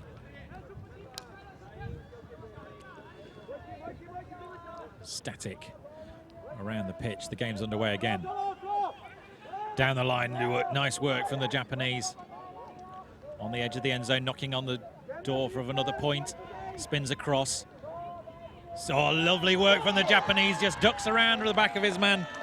The Austrian Tobias Doppelbauer completely wrong-footed as the Japanese accelerated around him, looking like he was going to cut back towards the centre of that end zone, and then pivots and drops a shoulder, spins around the back. The Japanese were completely ready. Easy point, easy score. They re-established that 3-point lead. The defender sold all the way down the river there, had no idea that was coming. Great pull to set up the defence, got the touch on it and it went out the back. And the Austrians we've seen set up quite deep in a stack. The Japanese team there set up really, really short, and it made it congested with not any space to work the dumps. But they showed patience, sneaked it through, and then once they had more field to work with, we saw that more characteristic flow from them, and in the end a fantastic cut of the end like we've talked about to get that score. We've seen a number of the Japanese teams, or certainly the open and the women's team, even when they're playing in quite a strong wind and they're going downwind, they still set up very short. And at one point yesterday, the Japanese women were playing a 5-2 offense, 5 handlers, 2 upfield, and all 7 players were within 10 yards vertically, spread right across the width of the pitch, but not using very much space vertically at all. Petersdorfer and Dovitz again starting this handling line on the O-line side for Austria. Austria set up with a side stack. Geisel coming to the reset. Geisel sends the disc down to Horman, to Mitterer. Mitterer looking deep. And the disc is hanging a little bit in the air for Novak, but Novak sent it. That's going to be absolutely in the air for ages. Geisel with position, Geisel with the height, Geisel with the grab and the score for Austria. Strong work. Know your receivers. The Japanese, no way of conquering the mighty Austrian as he goes up and brings that one down. It certainly looked like a bit of a risky shot when he took it, but when you've got a receiver who's that big and is reading the disc that well, fantastic positioning there. It's a shot that you're not really that worried about taking. Both teams utilising that big roll curvy backhand pull to try and eliminate the threat of catching it and moving quickly. But the Austrians not phased by it, stopped it well, got the disc moving, and in the end, like we mentioned, fantastic read and play by Geisel to bring that down. And twice we've seen the Austrians set up with that side stack, and then the first move from the handlers is to move it over onto the side where the stack is, rather than to exploit the space. Was that a tour-style handle weave at the back, try and get the disc moving quickly, and then theoretically players from the stack come up and poach off to try and disrupt that rhythm, and then you've got open men downfield. But and there it seemed to work dividends as this again we see that big roll curve blade backhand pull from Wolfgang Mitterer, again fielded well by Japan, and they get the disc moving quickly here. Sender with the disc for Japan. Across to Endo.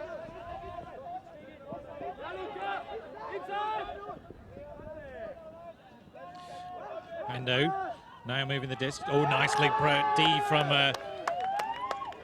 number 6 shirt for Austria is Paul Dragschelinig.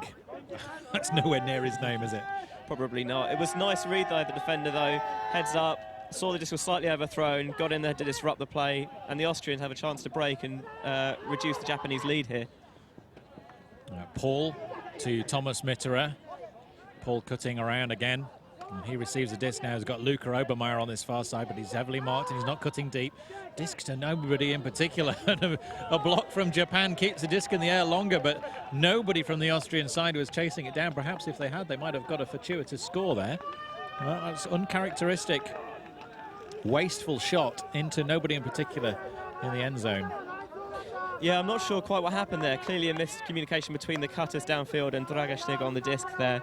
The Japanese still trying to make sure that, just in case there's someone backing up, trying to get something on it. In the end, the disc maybe hung for a bit more than they would have wanted to, but there was no one there ready to back it up, so they kind of got away with it a bit there. Mitterer trying to get that foot block, but the... oh, and then a big block from Paul Dragashnig. He's looking to score it quickly for the Austrians, trying to do the big lefty fake over the chop. Philip Krauls. Timeout called by the Austrians, establishing themselves on 1 or 2. Two agreed with these Japanese counterparts. It's an exciting game you've got for you here at on Sky Magazine's coverage of the WFDF World Under-23 Ultimate Championships from University College London Sports Ground in St Albans, right on the edge of London. I'm looking forward to 2 more days in the capital for these players. Ultimate being celebrated on British soil, and the whole UK Ultimate community have been very much looking forward to this tournament and next year's tournament. Of course, the WFDF World Ultimate and Guts Championships coming to this very same venue, very same organising committee. In fact, all the signs that have been made up for the tournament have got the names of both tournaments on them. Under 23 World Championships this year and World Ultimate and Guts Championship next year.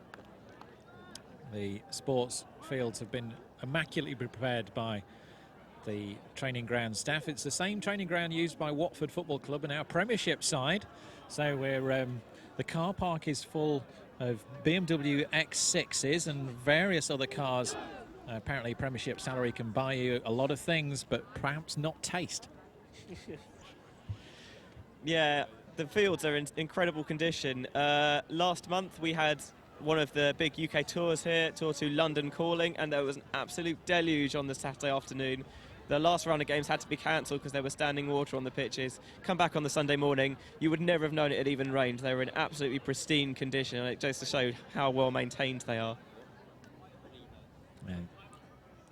Bodes well for the rest of this year's tournament and next year's tournament. We're promised nice weather for the rest of this weekend. Tomorrow's games to be held in quite sunny conditions, and Saturday's finals going to be in nice weather as well. Paul with the disc to Luca Obermeier. Obermeier with a low one, and that's going to be beyond the outstretched hands of Thomas Mitterer. Frustration between the two Austrian 70 and 77 shirts. And the Japanese in no hurry to get this one moving again. The 16 shirt of Koki, been such a strength. Maishi Koki, and he gets the disc started to 91. Sender back to Koki, and low disc from him, and it asks a lot of the receiver Ishii. But Ishii's man to it, and back across to Koki again.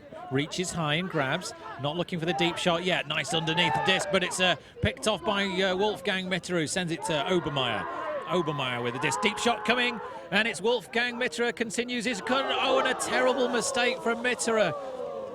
Head in the hands, and shouts from the stands that everybody saw that, and indeed we did. In fact, the whole world saw that one, Wolfgang.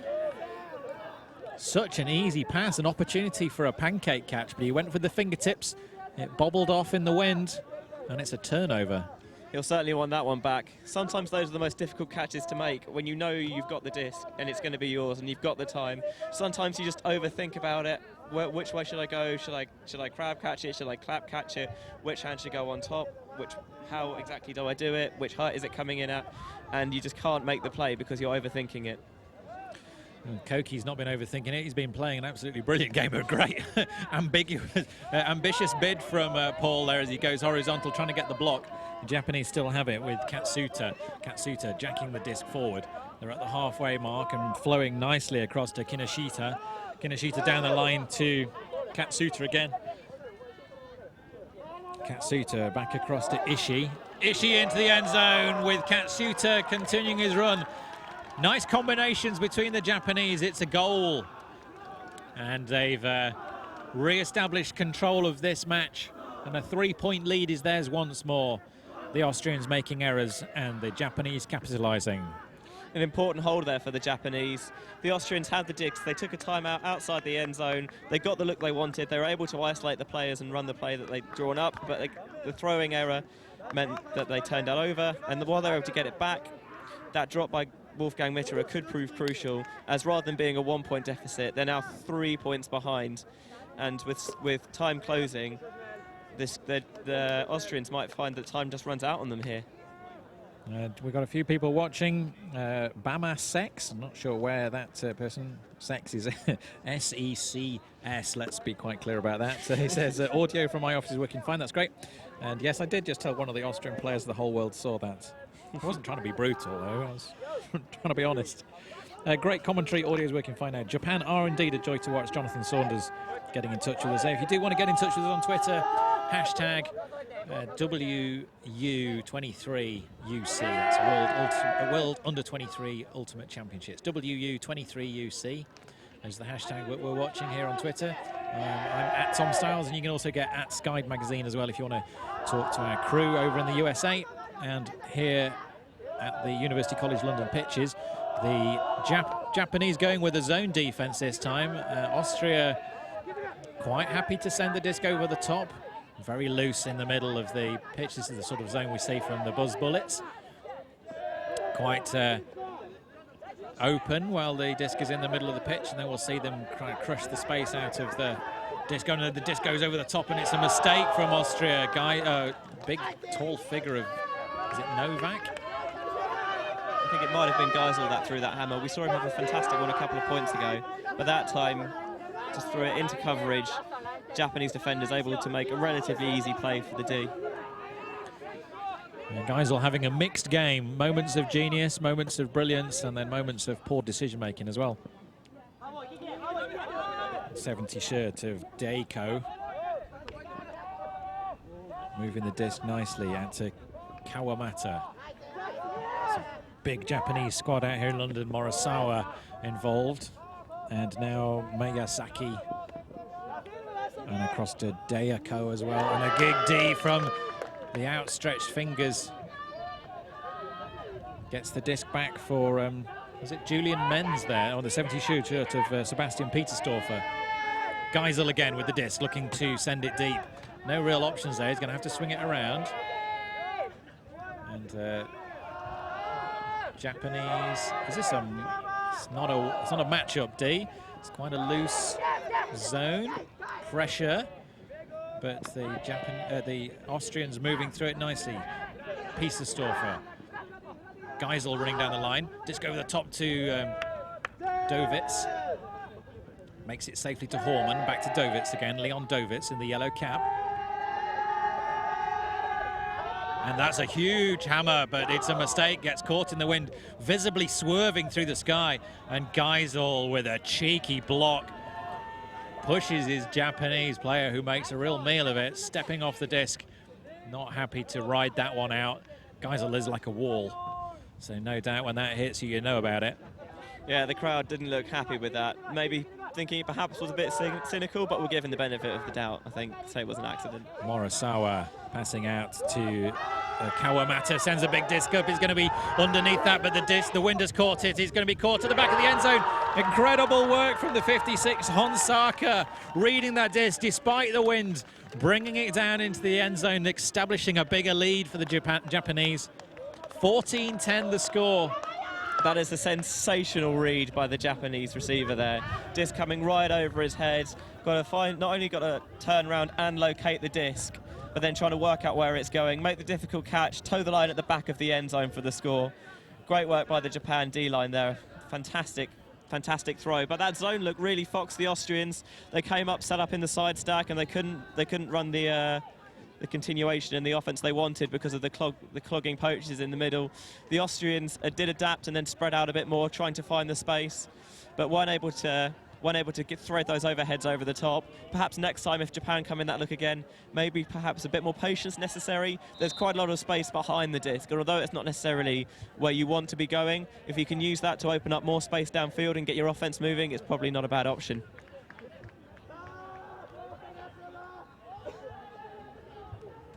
We're interested to see if Japanese stick with that look out of this pull, or whether they go back to a more traditional man or perhaps a different zone look.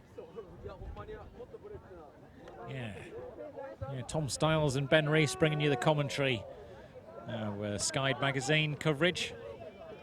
Camera crew of Anthony Wilson and a video magician of Mike Palmer in the tent for Sky Magazine. As Austria advance the disc at the halfway mark, and Hammer goes over. It's up. Geisel been bashed around at the back there, but he manages to hold his feet. Quick jab into the end zone. And that's a score for Austria, but they need it. And Geisel, a strong, sturdy player, getting pressure from the Japanese and giving as good as he got. And, stood firm, closed the gap to 3. As good as a receiver as he is, not entirely sure that was the right option to take there. It did pay off, but we saw them turn over some hammers in this wind already this game. So perhaps going there, not quite what they should be doing, and there was pressure on it. But Geisel's such a big player that he's able to bring that down with relative comfort, and then show the nice patience to find the easy option and flip the backhand for the goal there. Not what the Japanese would have been wanting to see, but on the one hand, they did put up that slightly risky throw, and so Japan might be thinking if they continue to take that aerial overhead, at some point it's going to get caught in the wind, and they're able to bring one of these down and convert a break. It's like Wolfgang Mitter is getting himself ready to pull. The pull's definitely been better going in the other direction. We've seen a lot hang up in the air and kind of some come back towards the midfield area here. We'll be interested to see what he does here. Disc rising into the sky. I've just reread that previous tweet. It's actually asking Evan Lepper, I believe is one of the American ultimate commentators. He should be more brutal, taking a leaf out of our book, Ben. Koki in the middle of the pitch with disc to Ishii and making that great up the line cut himself, but not used. Japanese happy to wait, and now they're calling a stall out. Clemens Kogar, that didn't seem like 10 seconds from up here. No, generally I found that most stall counts aren't actually 10 seconds. Oh, nowhere near. I think we timed a few yesterday on the video replays, and the shortest one was 6.2 seconds, which is a mile away from 10 seconds. And that was there was a stall out on that. In fact, I think that was in the Great Britain-Austria game. I think on average they tend to be around about 7 or 8 seconds. Of course, they should be the full 10 seconds, but very difficult call. Encouraging the players to play the game the way it should be played. Starts with a check is the call from the crowd. Austria being given another opportunity. Can they bring this game back? Oh, great. Hanging two-handed grab there from the 34 shirt of Florian Moik. Obermeier. And a call. Pick call. Our game advisors showing their muscles with the pick symbol. Universally appreciated. Obermeier, nice disc out despite the bid from the Japanese Koki. Mitter has got it. Not far from the end zone. Hammer. And it's a terrible disc from Mitterer. Well away from his brother who was aiming at the receiver. Big deep run from Japan, but they're not going to use it. They're going to take the safer option of coming back to Oshima. Poor disc, and Oshima has to go to floor. But they've still got the disc and they're flowing now nicely. Ishii calls the timeout for Japan. And Kogard immediately trying to establish what the stall was on, and he only touched the disc and picked it up and started and touched the timeout. A little gamesmanship from the Austrians, no doubt. Yeah, it's not the first time we've seen Austria turn over that hammer. We've seen them utilise it with some success as well. In the breaks, on the break side in the end zone, when you've got that vert and all that space to throw into, not necessarily a bad option, but a difficult throw in this wind. It falls short, and Japan, if they can capitalise on this turn here, set up something good from this timeout, put it in, it's going to be 15-11. In a game to 17, that's going to be an incredibly hard deficit to come back from Austria. I'm interested to see if they come up with what defensive look they come up with as well, whether they'll go hard man, but even though that's not necessarily been working, or whether they look to scramble around the stack or poach off slightly, trying to clog some lanes. It'll be definitely interesting to see how both teams set up out of this stoppage. Japanese lead by 3 points. within touching distance of taking this quarter-final and advancing to the semis. World Under-23 Ultimate Championships here in London. It's been a hotbed of fantastic ultimate all week. We've seen some really special games.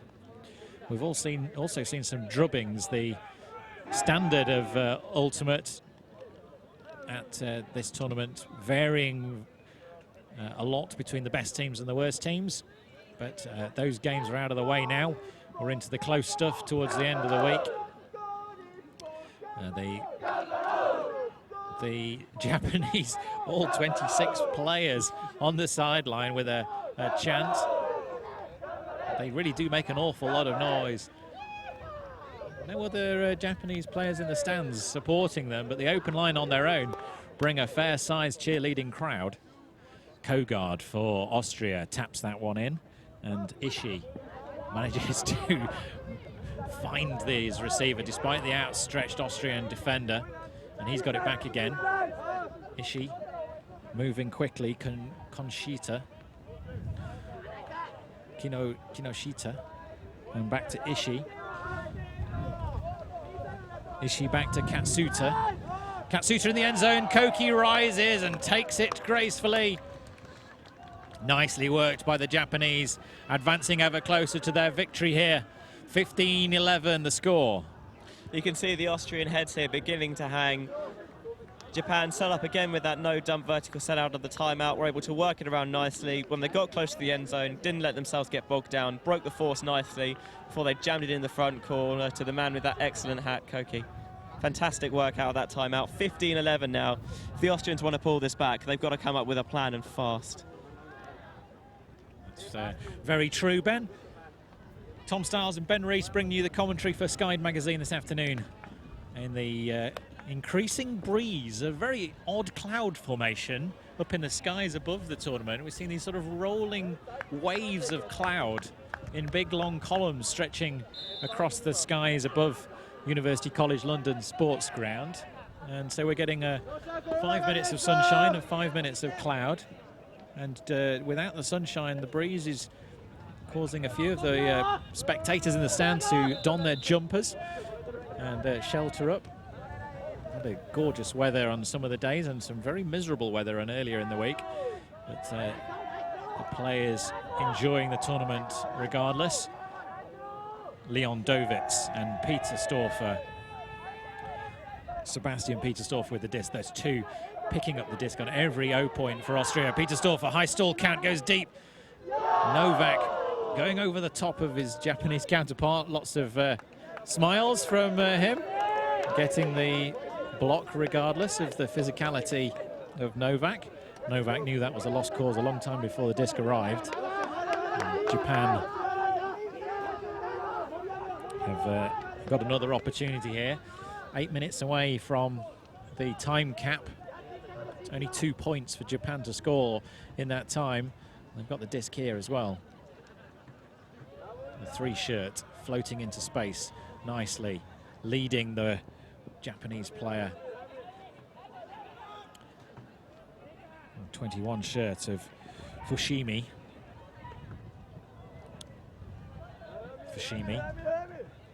Low disc. Morisawa. Outstretched Austrians diving at every one of these discs, but the Japanese have still got control of this game and handling nicely. No qualms about passing the disc around a lot, even though they're on their own end zone line. They've got no nerves about them when they play. Just isolating the handlers and letting the downfield pass go, but now he rips one out. Geisel chasing this one down for Austria, and big pressure from the 17 shirt. Big man getting up, reading that disc well. He had to move fast though. His mark, Dae Ko-yo, had moved really quickly away from him, and he had to make up some ground to get that block. Yeah, I think Garza might have been baiting that ever so slightly, standing under his man, knowing that if the deep shot goes in this wind, it's going to hang. He's going to have a chance to get under it. And as he did there, get the read and make the play. We saw that Austria turnover on when they received the ball. Japan came out of that zone set, and the Austrian side stack looked very, very flustered, not quite sure what they like they weren't quite sure how to combat it, and we saw them put up that dodgy huck, but they have got it turned back now, and they look like a more conventional vert stack. Geisel with the big disc, sensing it. Novak underneath, is it going to come back in? Not before the Japanese defenders gets there, and he knocked it right back into a position. Novak could have just continued his run and caught that disc. That'll be an interesting situation because the Japanese player was out when he D'd the disc, but the disc then floated back in. I think that would have been a point for the Austrians, Ben. It would still have been a score. The advantage, obviously, of being on defence, if that huck goes out of bounds, you can make a play on it before the offender can, because obviously they've got to keep their feet inbounds. But as the defender's technically always inbounds and always live, if he touched that bit disc and it had come back in, the point still would have counted. Novak missing an opportunity to continue his run and score that point for Austria. But Geisel going for the big bid on a block, and it stays in the air. And is it going to be a Callahan? It is a Callahan. Geisel with, no, it's the 72 shirt of Petersdorfer with the outreached touch, keeping it in the air long enough for Horman to get underneath it. What action we're seeing, and Austria clinging on with their fingernails to the edge of this game. They still trail Japan by 3 points, but they're throwing everything at it. The white shirts with the red band across the middle, desperate to stay in this one. I thought that bid looked a bit theatrical at first, but it was certainly necessary, and it gave the receiver plenty of time to read it, come under it, make the catch for a big Callahan. That is so huge for Austria now. They're going to have their wind in their sails, the momentum with them. A big play like that really elevates your team in a way that nothing else can. And if the Austrians can use that and roll with it, they can still come back with this. 3 points is a very, very doable comeback. The Japanese looking unflustered down the other end of the pitch. They've got a comfortable margin at the moment, still 3 points ahead. 15-12 they lead, the team from Austria. One more game to bring you today, the Great Britain versus Germany Open quarter-final from Under-23 World Championships in London. And the team stretching off at the far side, right next to where the Austrians are currently pulling, getting ready for that game. Katsuta to Ishii to Koki, and around to the far side, 91 shirt of Sender, back to Koki, and this time it's Kinoshita, and Kinoshita sends it. It's going to be hanging in the air long time. Japan reaching, but the disc catches the winds and drifts out of the side of the pitch. It was a fantastic put. Oh, the little bit of callback. And the 8 shirt of Kinoshita claiming some sort of contact on the disc. It certainly had the wrong roll on it as it left the hand. Yeah, foul on the throw called. Be interesting to see what happens here, whether it's contested or uncontested or even retracted. It didn't look quite how he wanted it to, but he still managed to get quite a lot of air for it, considering he was fouled. I wonder what's going to happen here out of this. We'll obviously let the players talk it out, and then see if they can come to a resolution here. And Patrick is watching in Dubai. Hello, Patrick. Recently ran the beach tournament out there. He's very much enjoying the coverage. And thanks to Mike in the tent. And Anthony, our cameraman, doing great work. And Dom Clark, co-commentator with me, is Ben Rees. I found Ben on the sideline of the Great Britain-Canada match, and we needed a substitute colour commentator, and I think you'll all agree Ben's doing a fantastic job filling in at such short notice for Sky magazine.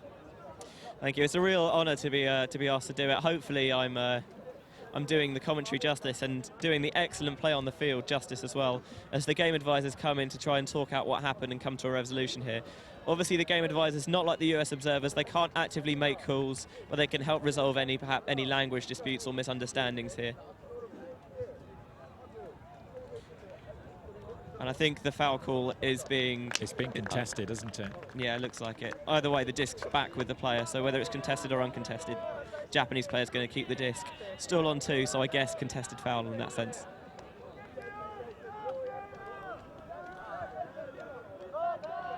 Ishii. Once more. Koki. Koki's got available up the pitch Sender, and Sender's not going to send it to Koki. Back to Katsuta. And Ishii again. Koki looking to Sender. Finds him. Oh, sorry, that's Katsuto. Now Ishii. And a bid from the outstretched Austrian shirt. Not sure which Austrian player that was with his facing us now. Yeah, I can't quite see the shirt number from here. Maybe we'll turn around. I'm not sure Ishii quite needs to throw that, getting a bit impatient, really looking to score and try and put the game away. And it was a fantastic block by, looks like the number 34 shirt there. I think that's Florian Moik. Yeah, Moik with the outstretched fingertip touch. That's the sort of thing that Austria are going to need if they're going to stay in this one. Geisel, no pressure, no stall on the disc. Still looking to move it relatively quickly. So it's a bit odd when a player finds themselves with no stall, not really knowing what to do. Hammer, and a great grab from Wolfgang as he gets his hand up there, the younger of the two Mitterer brothers. And there is his older sibling, Thomas. Nice backhand to Geisel, who finds down pitch Julian Menz. Men's been relatively quiet in this game. Mitterer coming to help him out now. And Mitterer with all the throws, but he's going to be stopped from using most of them here. Manages to get that high release back to Geisel. Geisel, the big figure of the Austrian. 34 Moik. Geisel again. Back to Moik in space. He takes his foot off the gas and doesn't use that space, and now it's back with Geisel, who twists his way towards the end zone. Quick jab into it, and Julian Menz putting another point on the board for Austria. Japan looking so relaxed at the start of that point, looking like they've got the cushion, but that cushion is being eaten up right now by this dominant Austrian side. Keen to stay in this one, grabbing on with their fingertips. They're only 2 points behind. Nice patient offense by the defensive line there. They did get trapped on the sideline at one point, but rather than jam it upfield as they have done in the past, Mitterer takes the right option, dumps it off to Geisel, and they're able to flow it into the end zone. I think I might have heard the 3 whistles go during that point, which is the signal for the cap, so it would be game to 16. Yeah, the time has just drifted over. And yeah, Mike Palmer in our tent confirming the time cap is on, so it is going to be game to 16. Yeah, if the Austrians going to win here, given the point they just scored, they're going to have to score 4 on the bounce. It's really tricky, but teams have done it before in this tournament as well, so it certainly is possible. I think Great Britain did it yesterday as well. In the open team against the Australians, came back from 12-9 down to win 13-12. So it is possible. They're going to be fired up. They're going to be desperate to stay in this tournament. This is quarter-final stage stuff at World Under-23s. Can the Austrians do it? They send the big disc up. Wolfgang Mitterer arcing high and landing and rolling, and the Japanese taking 2 goes to get onto that one as Koki sends the disc forward. And they've managed to steady the ship. Darting around, Ishii looks to send it deep, but puts it back in the holster. Floated forward, it's an outstretched Japanese man, goes to the floor. Austria have got another opportunity to put a point on the board here. Clemens Kogod in absolutely no hurry whatsoever to stroll up to the disc. Has a quick flick of the grass to see which way the wind's blowing. It's blowing downwind for you, Clemens. Floaty disc, and it's caught and bobbles twice. Not able to grab that, Philip Kral, as he went up. Switch is called for as Clemens Kogod has to chase the deep Japanese player as he comes back underneath, and it's Ishii with the disc looking for deep options. The crowd cheering for that one as Endo goes deep, but they've Japanese in no hurry. They want to waste this opportunity. Sender back across to Ishii. Sender making the crossfield cut, floats out in front of him. Sender's with it again. Deep options available, but none of them are actually moving. And Koki coming to try and reset. And a pick on the play. Koki actually being contained quite nicely by Mitterer for Austria. The Japanese number 16 with the cap has caused all sorts of problems in this game, but Mitterer really trying to take him out of play, and he's doing a pretty good job of that. Katsuto. And Koki slipping as he tries to regain his footing. And the Japanese still not taking that deep shot. The deep cuts aren't really going for Japan. Previously, they looked like they were able to make upfield passes at ease. The Austrians putting everything on the line here to try and stay in this tournament. This is a game to 16. Japan only needing this point to win the game. Stall out called. Could this be another Austrian turnover? Contested stall out, coming in on 8. And the 88 shirt of Katsuta. And there is a game advisor stepping in there to make sure the right thing happens. And hand signals are plenty. The language barrier between Japan and Austria being overcome with hand signals from our game advisors down on the sideline. Ishii and Katsuta just managing to keep that disc alive. Gets it out to Koki. Koki down the line. Oshima jacking it through to Ishii. Back to Oshima. Oshima out to Endo. Endo got no options. They've all been taken away by Austria. Fast-cutting defense, trying to keep this Japanese attack at bay, insisting that someone comes now. Koki manages to make himself available, darting around at the back of the end zone. But the Austrian defense, Wolfgang Mitterer, managing to contain his player. Disc out to the sideline, he catches, just jumps out. Is it going to be in or out? There's a celebration of the Japanese. The crowd not sure what happened there. And a call on the play back from the number 77. The pass was into space. Whether his foot was in or not is now completely unimportant. The disc has come back to Ishii in the center of the pitch, 2 yards outside the zone to kill this one for Japan.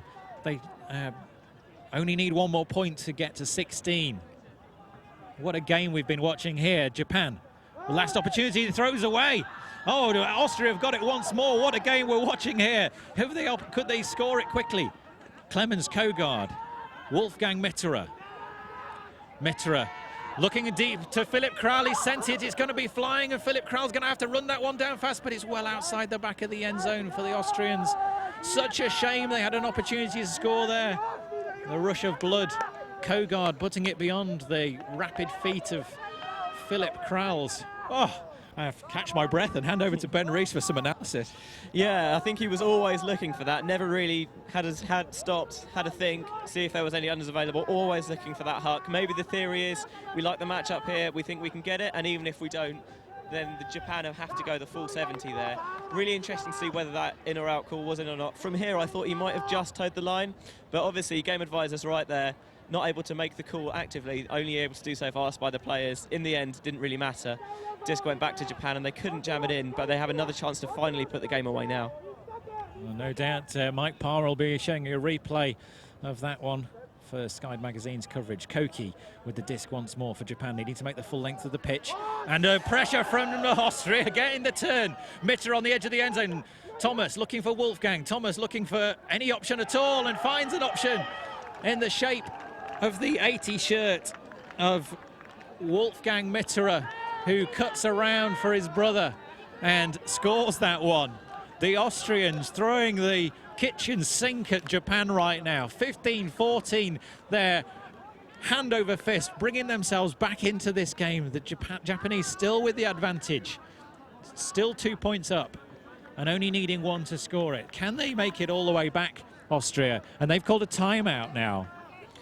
What an incredible play there by the number 70 shirt of Luca Obermeier to get the D there. Heads up, wasn't his man who was being thrown to, but saw that he could come in and disrupt the play and get a block in it. And a fantastic bid to get the turn, and then one Mitterer flips to the other for the goal.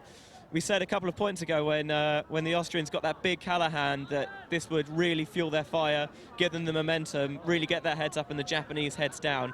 And so far it's proven to be the case. It'll be interesting to see if the Austrians can actually pull this back. If they do so, they'll have to do it on in sudden death. But the Japans look like the Japanese team look like they're reeling a bit here, not quite sure what to do. They've had the disc on the goal line with a chance to win a couple of times, but haven't quite done it. Is it nerves pulling through? Well, both teams seriously shortening their lines. We've seen the same few players out there for the Austrians and the same few players out there for the Japanese. Japanese with a considerably bigger squad, but none of that matters if you're going to shorten your line to your top players, just trying to put that one in. And the previously dominant Koki in the 16 shirt, who's been running this offense for Japan, contained nicely by Thomas Mitterer, digging deep, the Austrians here, and riding on that wave of momentum What a game we were able to witness here out here on the show game. The first quarter-final in the Open Division.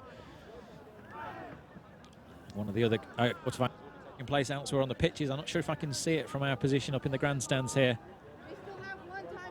The pitches of 5, 6, 7 and 8 on the field over the hedge, laid out in front of us with the shelters and the teams in all their colourful jerseys,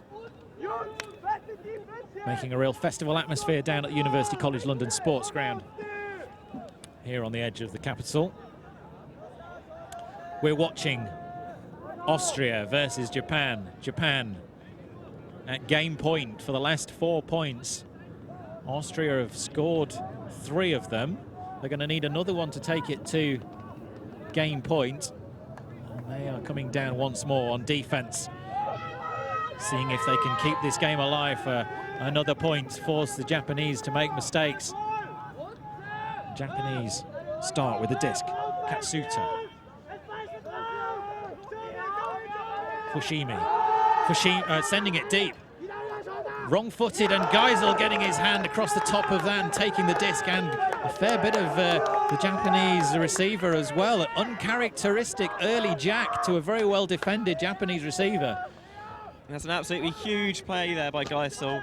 Got slightly underneath the disc. The receiver had better position, but he was able to make a fantastic play. And this is what happens when you can't quite close out a win. You get nervy, you put up shots that you might not normally take. And Austria can take this into sudden death. Laying out the Japanese number 9 shirt, Katsu, but not able to get that one back. Novak keeps it. Mitera again. Geisel running down the line. Mitera back to Novak. Novak looking to open the shoulders and really give this one a good heave into the end zone, but instead goes back to Mitera. Mitera pauses, call on the play, pick. The tension is palpable here in the stands. The crowd on the edge of their seats. We've got very few Japanese players, but all the neutrals loving the action as the disc goes up. The big Geisel underneath it, trying to keep it in the pitch. Oh, the wind just taking it towards the edge, and a foul called from Geisel, the most unlikely of foul calls.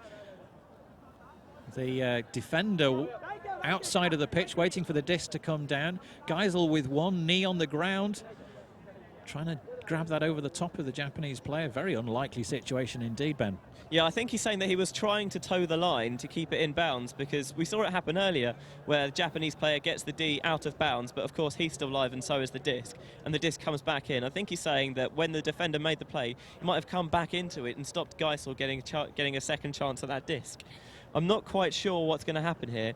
From this distance, we can't entirely tell obviously what's going on or know the discussion that's being had, but it wouldn't surprise me to see this go either way, either be retracted, contested or uncontested. Yeah, Geisel has retracted his call, which I think, I'm sure you've seen the replay from Mike Palmer in our tent, providing the video skills for Sky Magazine's production out here in London this weekend. Well, this whole week, actually. Mike's been a legend so far, darting around the Japanese offensive line. Koki running across. He's going to take just pressure from Mitera. A little bit of a chest bump. Koki shoves it off and keeps the disc moving forward to Dioko. And Mitera this time getting the block outstretched, fingertips to the ground. Austrians with a chance to take this to Universe point. Calm hands signalling from Paul as he approaches Geisel. Runs to the front of the end zone. He's gone across the top. Oh, the Austrians have done it. They've taken it to Universe point. What a game we've seen here, this magnificent Austrian side bringing it back under intense pressure from the Japanese. The Japanese with a huge lead going into the final point of what seemed like the final point of the game. They led this one 15-11, but the gritty Austrians have dug deep. They've thrown everything at the Japanese. Mitera getting that block and the score going in 15 apiece. We are witnessing quite a legendary game here in the quarterfinals of World Under-23 Ultimate Championships from London. Myself, Tom Stiles, and Ben Reesing enjoying it with you. Ben, what a game we've seen so far here today. Well, I can't believe my luck. First game I'm commentating on, and this happens. Fantastic D by Mitterer there. He read the play well. He had fantastic reflexes and really fast reaction time to get that massive block, and then nice patient offense. Loads of touch on that blade. Perhaps those throws have been a bit risky today, but it was nice. Lots of spin on it. Plenty of time for the receiver to make an uncontested play, and all of a sudden we're in sudden death. How did this happen? The Japanese line looking very similar to previous points. We see Koki out there in the 16 shirt. What is going through their heads? We were so far ahead, boys. The Japanese must be thinking we were so far ahead. We had this game sorted out, but the nerves have got the best of them, and the Austrians have got the best of them. They're right on the back foot now, receiving to take the game. Double game point. The tension mounting, an offside signal right on cue. The Austrians straying offside, and the Japanese quick to point that out and send them back from whence they came. Yeah, I think the Austrians were actually offside on the last point as well, or the game advisors signalled it. Japan chose not to call it. If they had done at this point, they'd be getting the disc at half field. As it is, it's just a repull for the Austrians. Mitterer with some good pulls, but the wind has been playing games with him so far this game. It's quite a strong wind from your right and slightly across the pitch. So from where Wolfgang Mitterer is going to pull across the pitch and chilling the stands a little bit where myself and Ben are sitting. The disc is knifed and lands, and is caught quickly and moved. The Japanese making progress. How many passes are they going to need to make to advance this one down the pitch? Endo, are they going to be patient? Are they going to be quick? And a pick is called. The game advisors signaling that with the gun show symbol.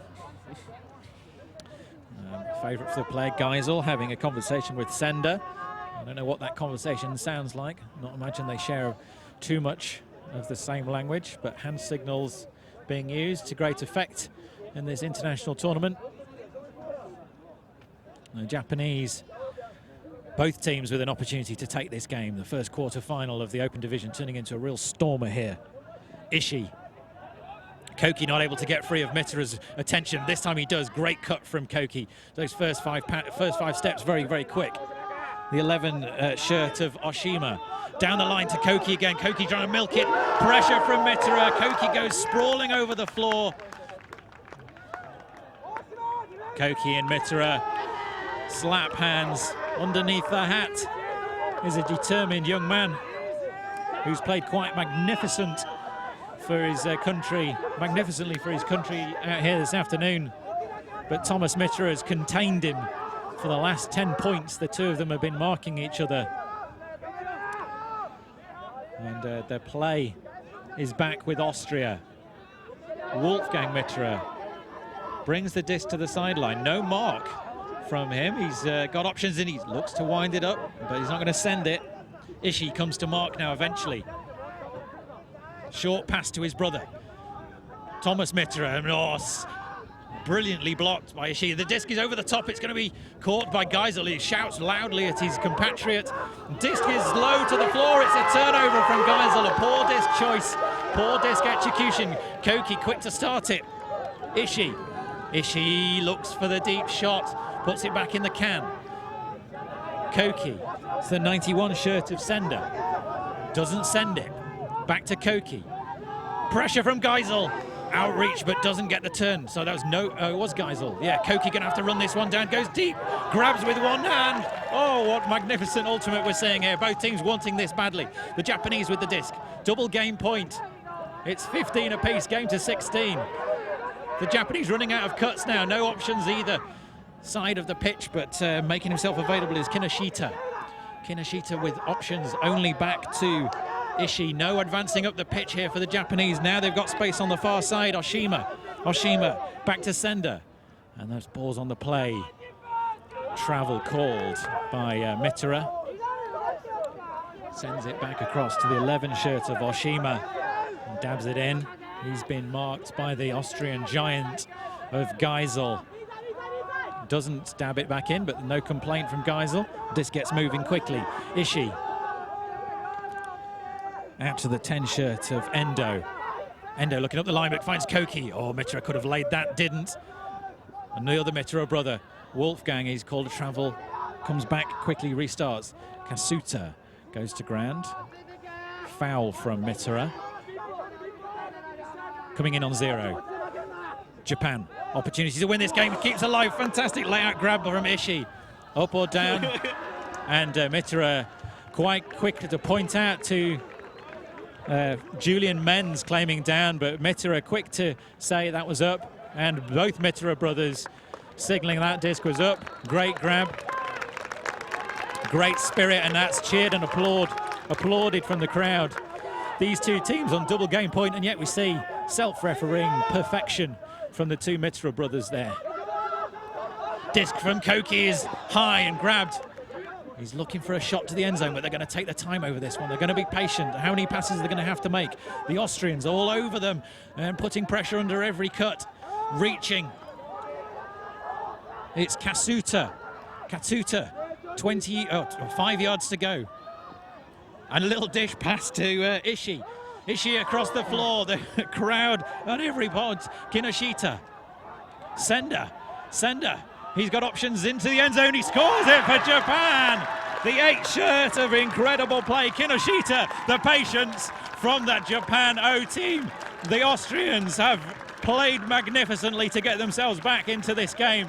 The Japanese holding their nerve at the end. What a fantastic game of ultimate we've witnessed in this first quarter-final of the Open Division. Japan make it to semis. What a deserved game they've played. Fantastic play early in the game. The Austrians clawing their way back. They got 5 points on the bounce to take it to double game point.